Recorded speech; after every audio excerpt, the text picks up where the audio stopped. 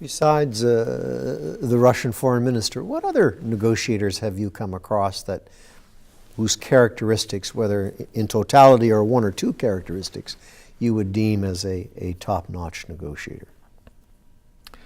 Well, I would say that in the work I did, George W. Bush was a very effective negotiator amongst his peer group, which is counterintuitive to a lot of public image of him. Now, hold it now. Let me get this straight now. George W. Bush? Yes. With his peers? Yes. Was in a room of colleagues. In a room of colleagues. Mm-hmm. Was a pretty effective guy. Yes. Elaborate. Well, you look at the G8 record on development assistance to Africa, what the Americans have done in advancing health, HIV/AIDS, infectious diseases in Africa. And most of that was driven through the G8 process. Mr. Bush was a key player amongst the leaders to get those advances, and he very skillfully modulated his view on climate change over the years, and you saw that in the G8. Just look at the G8 documents, how the American position evolved without Mr. Bush ever having to swallow a past record. It was a very incrementalist adjustment, which you have to give him credit for in terms of evolving his thinking in the spirit of again, all of those documents are consensus, and he was a very effective participant in the G8 process. And what was he like one-on-one? He was a very charming and engaging host. Just an anecdote, if I could, at the Sea Island Summit, which is one he hosted, it was during the election campaign in Canada. So Mr. Martin, who was then our Prime Minister, attended but briefly, and he had just become Prime Minister. So protocol being part of foreign affairs and diplomacy, leaders arrive on the basis of, are you a head of state, therefore a president, or are you a mere head of government, a prime minister? And the protocol would suggest that the first to arrive is the shortest serving prime minister, and the last to arrive is the longest serving president, and to depart in reverse so that the seniority is given preference. Well, Mr. Martin was the earliest, the most recently elected prime minister, which meant that Canada arrived first and was the last to leave. But Mr. Martin wasn't at the summit he was at part of it and not there for the major private dinner. So I was the first to arrive and the last to leave. The joy of that is I spent more time with the host than any other person. And we had a very engaging discussion about world affairs and personality, shall I say. Tell us in terms of the prioritization of various issues when you're dealing at Treasury Board, or even the prioritization of public policy issues, say at Industry Canada. How would you do that? You have to judge what is the political environment and the appetite for public policy reform or even a discussion. The time I was at Treasury Board was a very effervescent time where the government of the day was quite prepared to look at innovative ways of doing things, looking at programs, whether they were effective or not. It was not defensive at all, which meant that there was a political permission, if I can put it that way, to think outside the box, to engage in creative destruction, in some respects, of the old models, and that meant that there was an opportunity for public service reform in a serious way. But public service reform doesn't happen because the Secretary of the Treasury Board, or indeed the President of the Treasury Board, you were a minister. I don't think you woke up in the morning and said, I wonder what the President of the Treasury Board is thinking of my place today. Oh yes, every day, every day. But what you needed to do was get your colleagues on side for collective issues around the big ticket items. And the reforms of collective bargaining, the reforms of creating some institutional standalone agencies like Revenue Canada or the various services that were carved out of departments such as the Food Inspection Agency, which was, as you know, a combination of a number of departments' efforts. That was a very ripe time. In many respects, it harvested the work of the so-called Nielsen Task Force, which was a very interesting process, but there wasn't a ripeness of political timing for implementation.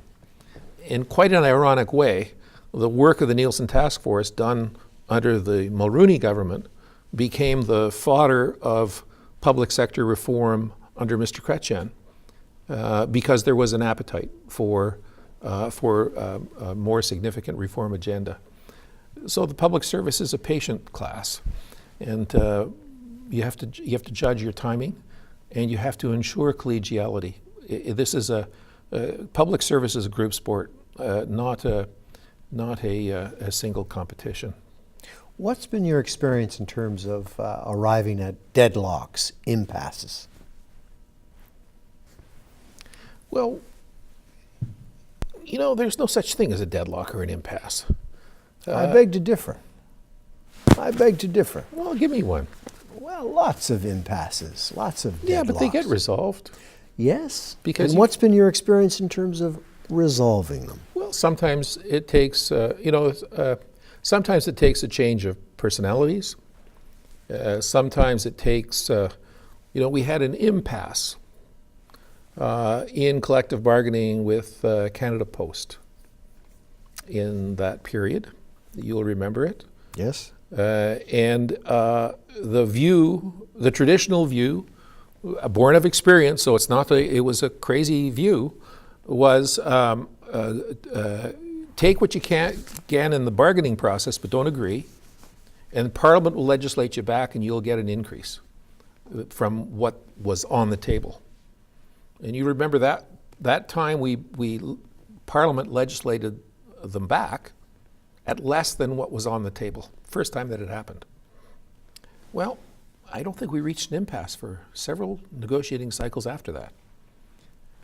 So I use that as an example because there is no such thing as an impasse. An impasse is a tactic in the negotiations. It's not the result of the negotiations. It might be the failure of the negotiators, either lack of will or lack of trust or lack of being able to deliver your side. But don't view it as an endpoint. Let's pivot. Let's pivot from the public sector and let's go to your private sector boards that you serve on. Any experiences there where management has come to an impasse either on the collective bargaining side or in the prioritization of their different initiatives that they wish to come forward with, and there is difficulties? I've not lived through much of that. In a couple of my smaller boards, yes, where there was a change of leadership that the board led, but not in the larger organizations. The larger, more mature companies in Canada are tremendously well served by their leadership team and by the boards and the shareholders exercising good governance. Now, back to the public policy. We'll pivot back. Information gathering. Were you part of that group that said, hey, we have to be transparent, we have to share that with all sides, all comers? Or were you a part of that group that says, no, we let them do their own homework, we're not going to share any information on a particular public policy issue? In a negotiating session, I think it's somewhat different in terms of what you, but in a broader, if I could put it that way, public negotiation on policy achievements, I think you've got to have the data out there, and if you can't, I mean, one of the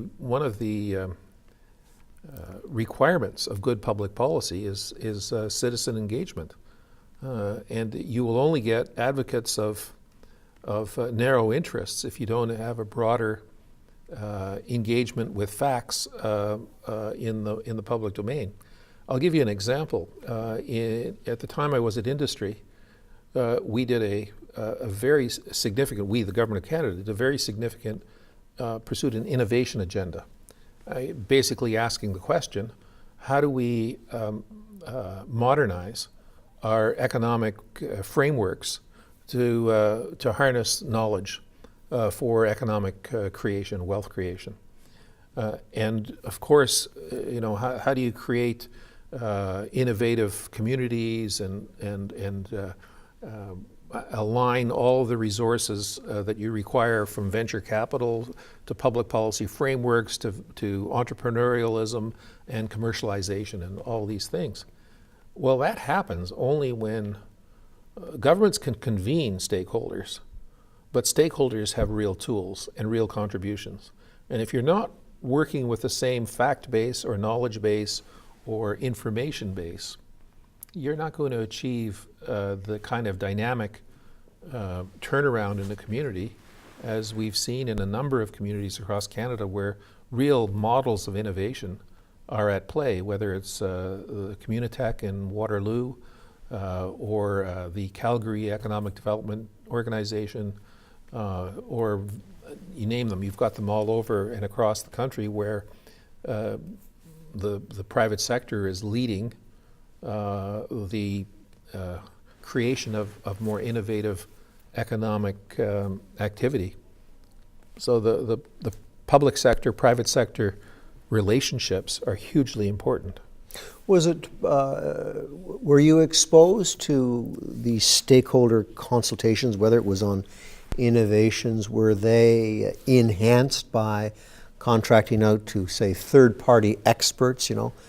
We have 15 stakeholders. This is our view of how to build a church, but we've got some experts over here who say, well, that's not really the way you should build a church. You should be looking at that. And if that was the case, where would the consensus development process take place? I think that there's a rich tradition of expert groups in Canada, whether it's an ad hoc group of experts all the way to what we used to have royal commissions on big ticket issues. And I'm afraid that in recent years, that notion of going outside for advice has diminished. In part, I think, because process can overwhelm the requirements for action, but it's still a device that has made considerable contribution, whether it's the Macdonald Commission in terms of providing the intellectual base for a free trade with the United States, or is there a statutory obligation on the part of the senior public servants to reach out beyond the traditional expertise that they have on any particular issue? There isn't a statutory obligation. I would argue there's a moral obligation. There's a professional obligation. But you've got to do that only to the extent that your political masters have the appetite to have you do this. And that means an hearing things you don't want to hear. Yeah, an intellectual effervescence. When we were at Industry Canada in the early 2000s, we published all kinds of studies that from time to time weren't either government policy or perhaps 100% aligned with government policy, but they were contributing to a debate. And I never had a minister tell me, oh gosh, I didn't see that, or it wasn't reviewed by the PMO. So that's where you would come down. You think that's pretty important to have good quality information, good assessments being done by stakeholders, by experts, et cetera, for the development of good public policy. Yeah. What That's else my would- bias, but remember, I also caveat it by saying the public service cannot get ahead of the political masters. Yeah. If the political masters of the day have a view that that kind of stakeholder engagement is something they do not wish to have or have the public service participate in, you can't do it, because we have to be loyal to the government of the day as an organization. Let's come back, pivot again to the multi-party negotiations that you have done over the years, particularly at the G8 level. What are some of the do's and don'ts of those multi-party negotiations? You know, they're not dissimilar to some of the things we've talked about. The first thing is, particularly in the G8, form a personal relationship. There are only, being the G8, we can't count, there are only 9 people in the room. There are always 2 Europeans. The EU is represented. But form a personal relationship with your colleagues. That's one. 2, you really do have to be informed about the agenda. You can't go without a point of view. Yeah, you can't fluff it. And you can't get into the room without knowing that the Prime Minister for whom you speak is broadly supportive, and that can involve the ministers of the day in terms of the issue areas. Alignment within the Government of Canada. So when in advance of any G8 meeting, we would have very large multi-departmental reviews of what was the position Canada was going to advocate. At the time I was the G8 Sherpa, a fellow by the name of Mark Carney was the G7 Finance Sherpa, who we had to align our positions, right? So it was important that that whoever the personal representative is speaks for not just the Prime Minister, but the institution of the Canadian government, if I can put it that way. Thirdly, find the opportunities where Canada can make a difference in bridging some of the differences. Is that obvious? It becomes obvious over time, a remarkably short time, because the issues of the day kind of identify themselves. There's a bias among whoever is hosting to have certain issues on. And there are issues on which there is a broader general agreement than others. And you're always on the look for where can we exercise some moderating, consensus building advancement of a position, because that could help us on something that might be of greater salience for us politically, but others are going to have to move if we want to achieve our objective. So you try to find those. Just share with our viewing audience in terms of the lead time that you would have as a Sherpa or the Prime Minister's representatives in these multi-party negotiations with other countries. What would the lead time be? Well, it would be the summits themselves are in late June, early July. And the rotation of the presidency begins on January 1st. So the real cycle begins late the year before, when there's an advance meeting of the Sherpas looking at what will be the agenda of the presidency beginning in January. And you begin to have meetings right in January, which the pace of which increases. So it'd be roughly 12 months. It's a cycle, yes, absolutely. Let's come back, and again, thinking of our viewing audience, you talked about the importance of the personal relations. How do you do that, the personal relations? Is it dinners? Is it coffees? What is it? Well, you're by definition dealing with people that are very busy. It's seeing them.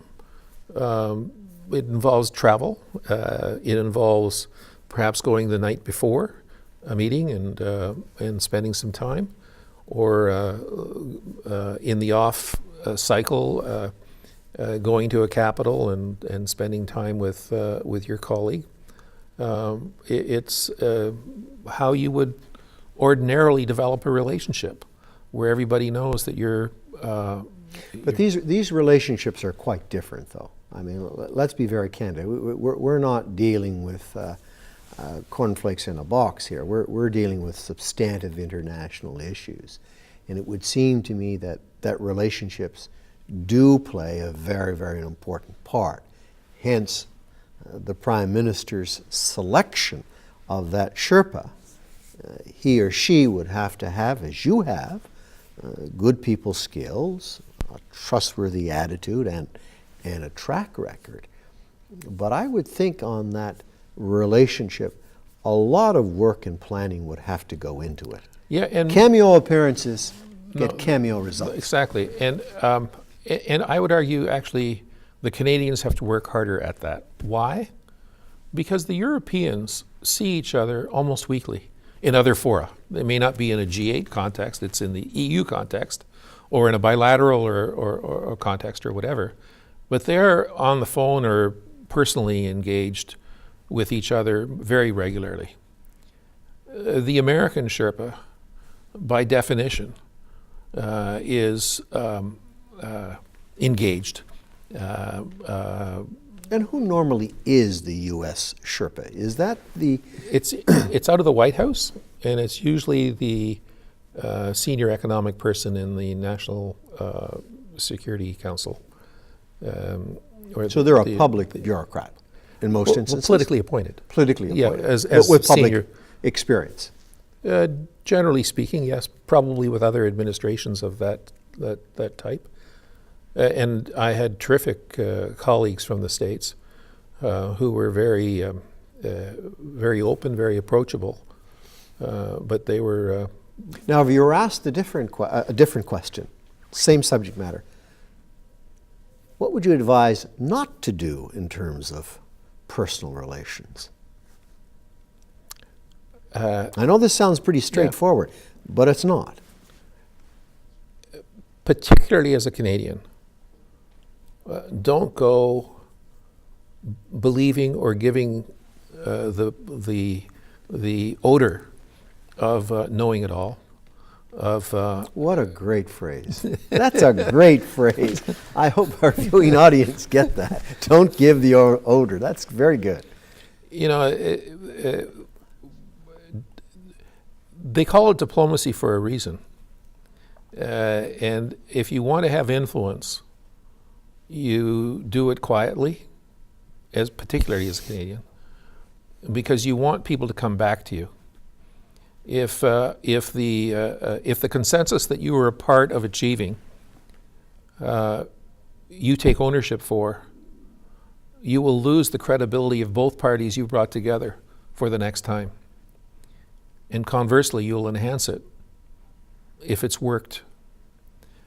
So that's why a Canadian approach needs to serve Canada's interests. I mean, we don't go to this stuff so that we can bring two other points of view together and say, oh, that's great for Canada. You have to understand what you want to achieve. Yeah. But there are ways has to be of biasing. A substantive underpinning exactly. to what you're trying to advocate. Yeah. And it's in our interest. But often, depending on the subject matter, of course, but often the Canadian interest is somewhere between the American and the European on many of the issues of the day.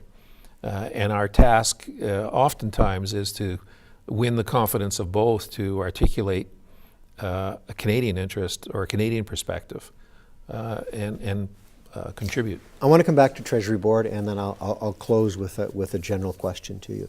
But back to Treasury Board in your days at Treasury Board. As the Commander-in-Chief of the Treasury Board, what are some of the do's and don'ts as the lead person as it relates to the employer dealing with the employee? What are some of the do's and don'ts that you think should take place at those tables? Well, behavior-wise. Yeah. The collective bargaining area is quite unique because in the Government of Canada, the employer is not the department, it is the Treasury Board. But the day-to-day Is the department. environment for the workplace is the environment. And we institute a number of things to strengthen that relationship.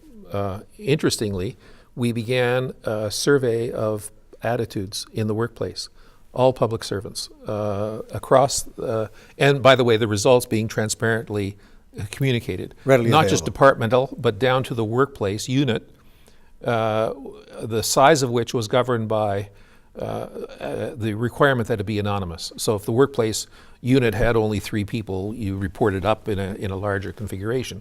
But the point of this was so that we underscored a couple of points. One was the greatest sense of well-being in the workplace happens in the immediate environment of the workplace. The individual with the most influence of whether or not you feel you are respected and your work is valued is your supervisor, not surprisingly. So it's not what the deputy minister thinks, let alone what the Treasury Board secretary thinks. It's not even what the assistant deputy minister thinks. It's what's my director think, if it's that unit or aggregated up. And that transparency was repeated in a cycle of surveys where people could judge progress.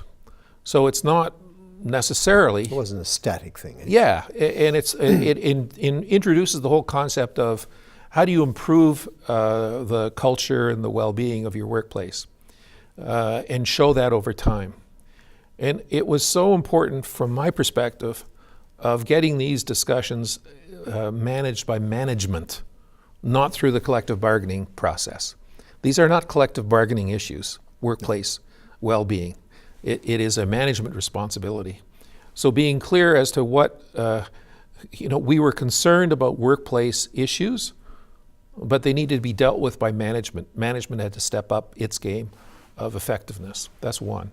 Number 2 is real change in departments. It comes from the deputies, their leadership team, and engaging them.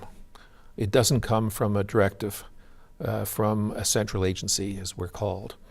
And we created a deputy minister-led committee to review all policies of the Treasury Board before they were enunciated, to hear from how the effect of those policies from the senior leadership outside the Treasury Board, how that would be viewed. Again, it was trying to make sure that we were sensitive to getting the calibration right to help senior management and departments do their job. Final question. A lot of young people are going to be viewing this particular interview at the Ted Rogers School of Management. What pieces of advice would you give to young people who are attempting to start a new career or to change an existing career and to have a very interesting job and interesting lifestyle going forward? What sort of things would you recommend to those? 2 things. 2 things. Write them down. Okay. One is you have to understand the global nature of our world today. You cannot do economics and not think globally. And by that, I don't mean think about Syracuse or Buffalo. I mean think about Shanghai and Ulaanbaatar, of Lusaka and Brasilia. The world that young people are seeking careers in is an interdependent global world. And if you're not aware of that or understand it, you will not have the success that you wish. So understand globalization and the opportunities and the challenges it affords. The second is, I would wish that they would consider public service as an opportunity to have both a meaningful career and make a difference. That can be in public service of a career nature, or it can be in the public service of political activism, either standing for office, achieving office, or frankly being part of the political process. You cannot be meaningfully contributing to your community if you aren't engaged in your community in a voluntary way through volunteer organizations or the political process. So those are the two messages I would have. Very good. Be global and be local. On behalf of the Ted Rogers School of Management, the faculty and the students, I want to express our appreciation to you for joining us today. I think your insights were very, very helpful in terms of the negotiating process, and of course your track record of public service, your corporate boards, your charity work are certainly commendable and have made a significant difference in this country. And I want to thank you for being our guest today. Thank you. Thank you. Terrific. Thank you.